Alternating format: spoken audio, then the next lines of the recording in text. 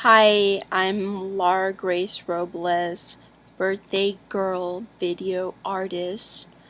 Thank you for tuning in. I'm just gonna do a short interview about DICA, the Acid Dream Experiment, my latest film. And I wrote down a couple questions you guys might be interested in listening to the answers to. So my first question is, what inspired you to direct an acid pop video art film, and how does the film differ from your other films? Well, the whole point of directing this acid pop video art film was to do something with video art and the psychedelic world of acid and combine that with avant-garde cinema. And that's why I decided to use a lot of the performance art clips and modern dance scenes that I chose to use, because I think that performance art and video art complement each other really well. And I wanted it to be a punk film, something that was kind of created on my own rules, where I kind of broke the rules of Hollywood's cage film industry standards and kind of completely eliminated the storyline and gave it like some kind of inspiration of pataphysics and just like nonsensical order to the combination of scenes that I had edited in a very like painterly way. The way that this film differs from my other films is that it's not completely a junk film.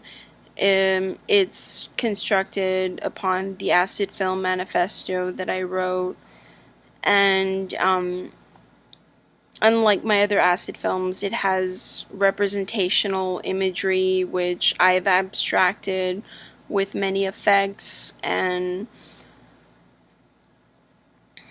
so yep, that's pretty much it. It's not a junk film, it's not racist, it's not offensive, it's not dealing with any junk aesthetic at all. I mean, it's very colorful and very painterly like, and it's like a meditative film in a way.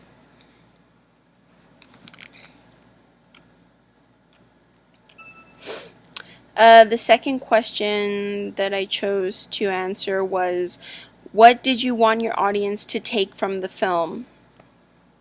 Well, what I wanted my audience to take from the film was, I wanted their imagination to be able to wander around without having any kind of predictable feeling as to where the film was going while they were watching it.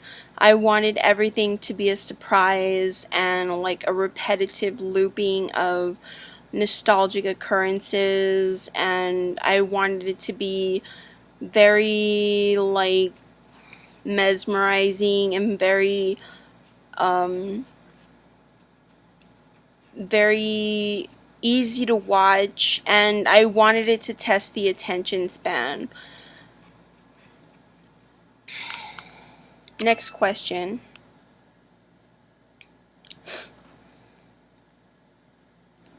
How did you choose the music for your film?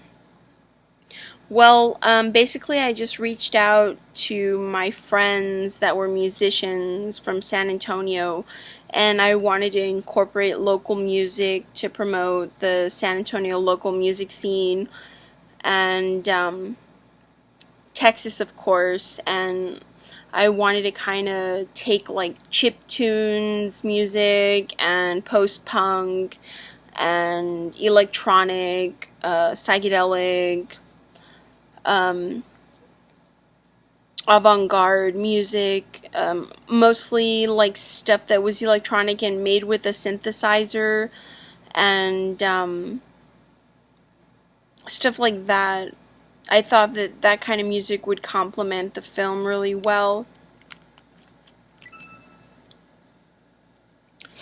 So my next question is, what makes your film an acid pop video art film? Well, I think what makes it acid is that it's very psychedelic, and it kind of like makes you question what you're seeing and what the reality of is that is being projected on the screen, and it allows you to lose yourself in relating to human identity and the human world around us. The pop element is all the color that I used on the abstracted images of human people, and I wanted to solarize their appearance to make it seem more pop, and the fact that this is something that I would like to add to like a fast food cinema kind of audience, where it's on YouTube for free and anybody can watch it, and like it's something that millions of people have access to, they don't have to pay and stuff like that.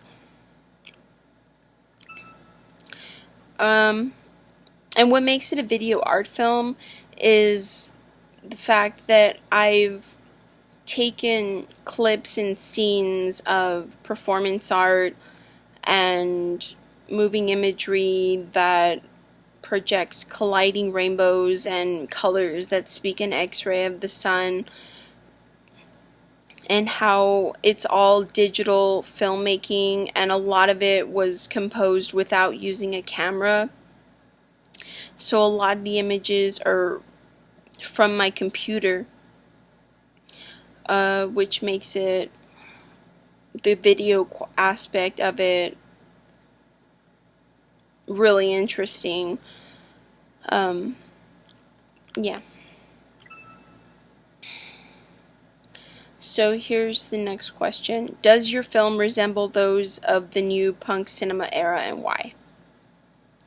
Well, I would like to think that my film is a punk film, and that it breaks rules, and that I've developed it completely entirely upon my own process in thinking and self-taught creative techniques that I wasn't able to learn in school or by anybody else. It was just completely by experimenting with the artist's hand and the artist's nature of DIY composition and mentality.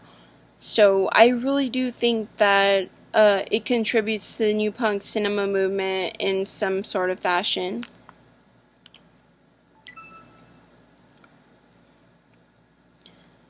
Okay, the last question. What made you want to incorporate performance art and modern dance into your film? Well, I wanted this film to be about life, and I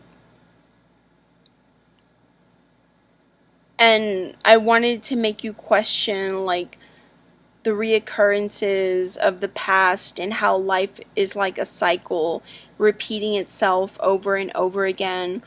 So I tried to edit it in that kind of fashion, where things are looping and reoccurring for long periods of time, testing the attention span in some sort of psychedelic way, so that it's like computer art, video art.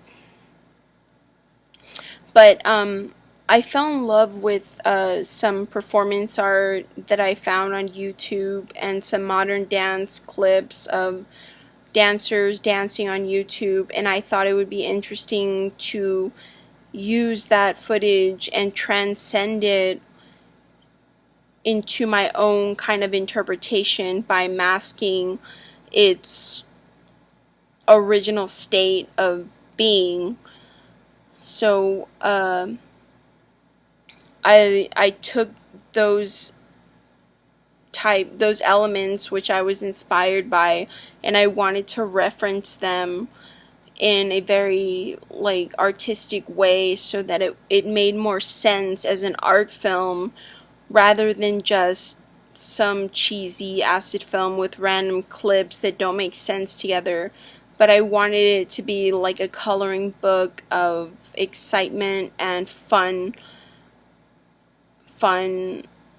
to watch. And it was very fun to make. I had a lot of fun creating this film. It took me about 6 or 8 months to finish the film, and I had a lot of fun making it. Thank you for tuning in to my interview. Bye.